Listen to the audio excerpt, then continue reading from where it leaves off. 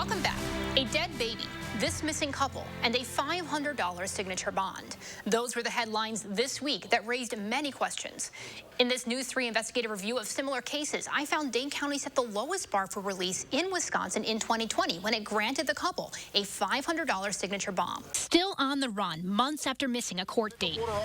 As U.S. Marshals now hunt for this Dane County couple charged in the death of the mom's baby, it's their $500 signature bond prompting outrage. The bond for me is unconscionably low. I set out to find how the release stacked up to similar cases in Wisconsin in 2020.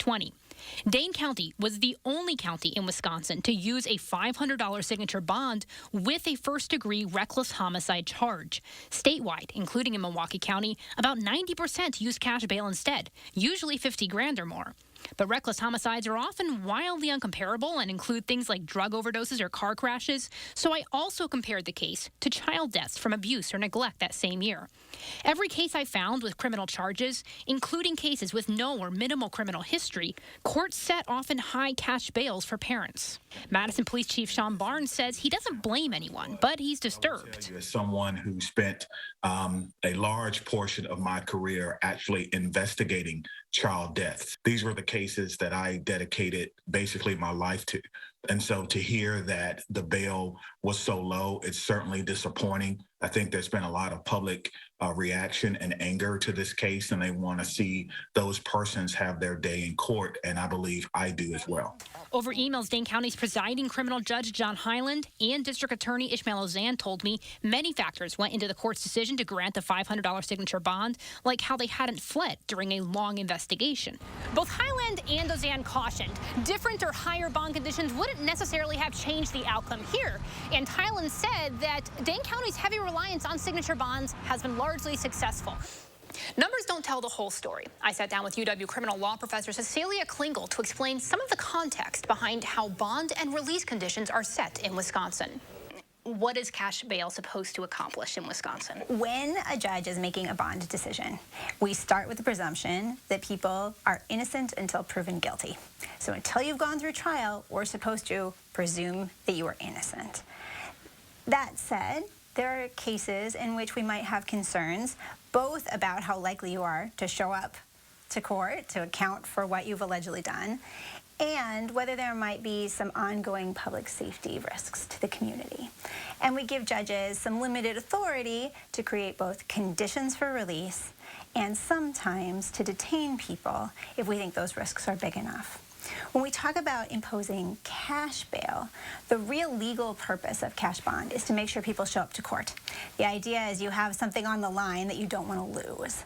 And so when judges set cash bond, they're supposed to set an amount that's high enough to incentivize people's appearance in court, but low enough that it's actually something that people can post because, again, they're presumed innocent. And then we control for those potential risks to public safety by placing conditions on people that allow them to be in the community, but only if they follow rules that we think are going to sort of strike the right balance between their liberty and everyone else's safety. You've just heard the analysis of how this case, the release conditions or bond conditions set in this case, kind of stack up against not just reckless homicides in Wisconsin for that year, but also the criminal charges brought in child deaths that year. Is there a good takeaway there or a bad takeaway? What takeaway should we be taking from Dane County setting the lowest bar in terms of release for this case where there is a homicide charge involved? Well, certainly when we're dealing with anyone's death, and the death of a child is particularly tragic, people are concerned, right? We want to have accountability in cases like that to make sure that if in fact a crime has been committed, that there is some justice that attaches to our response to that. So we want to take these cases very seriously. And at the same time, we're not sentencing anyone at this point, right? No one's been convicted. And so the job of the courts is to step back again and sort of narrow our vision for the moment to just making sure that people are showing up to court so we can figure out if in fact a crime has occurred and if punishment is appropriate in the case.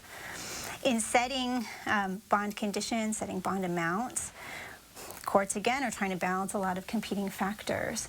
To the degree that they have no reason to think someone won't show up in court, then that sort of suggests that cash bond may not be appropriate or a lower cash bond may be a good idea.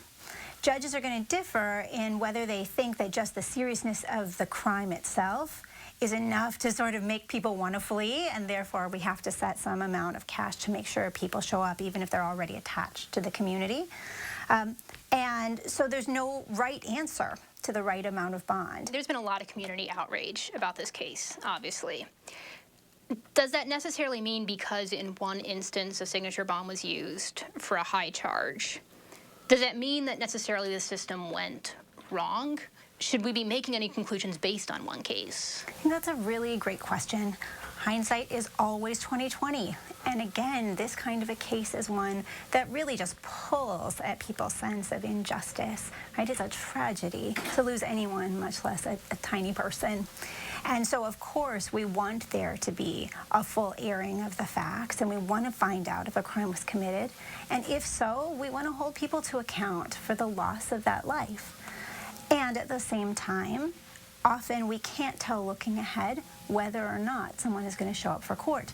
In fact, happily, the vast majority of people charged with crimes do show up, even in very serious cases.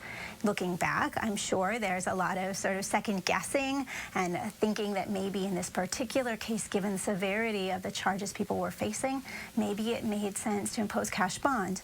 There's a good question, though, that remains whether cash bond would have been enough, right, to prevent flight in a case where people clearly are highly incentivized to leave. Knowing what we know about how release conditions were set in other cases, even if someone has a minor criminal history like they did in this case, or almost none, even if there's every expectation that someone's going to return to court, just given the seriousness of the charge, though, I mean, this is still a reckless homicide charge. Does it surprise you that it's only a $500 signature bond? I would need to know more about sort of the fine, granular details of the case, because those details, people's employment, the length of their connection to the jurisdiction where they're being charged, all of those facts matter a lot in setting bond conditions. You're right. The more serious the charge, generally, the more likely we're going to be to impose some kind of cash bond to make sure that you, in fact, do stay in the jurisdiction and you do show up for court and account for the charges. But particularly in cases involving the deaths of infants, which often involve a lot of expert medical testimony, autopsy reports, sometimes highly contentious battles between experts on what actually caused a young child's death. Right? These are complicated cases, and so I don't think there's always a clear answer to what the right amount would be in any one given case. We often tend to make law for outlier cases where we're really outraged by the result that we see. And that is a very natural human tendency, and it also makes for very bad law. And so sometimes when we're trying to correct for these outlier cases, what we end up doing is really messing up the quality of justice for the vast majority of cases where the system is actually functioning pretty well.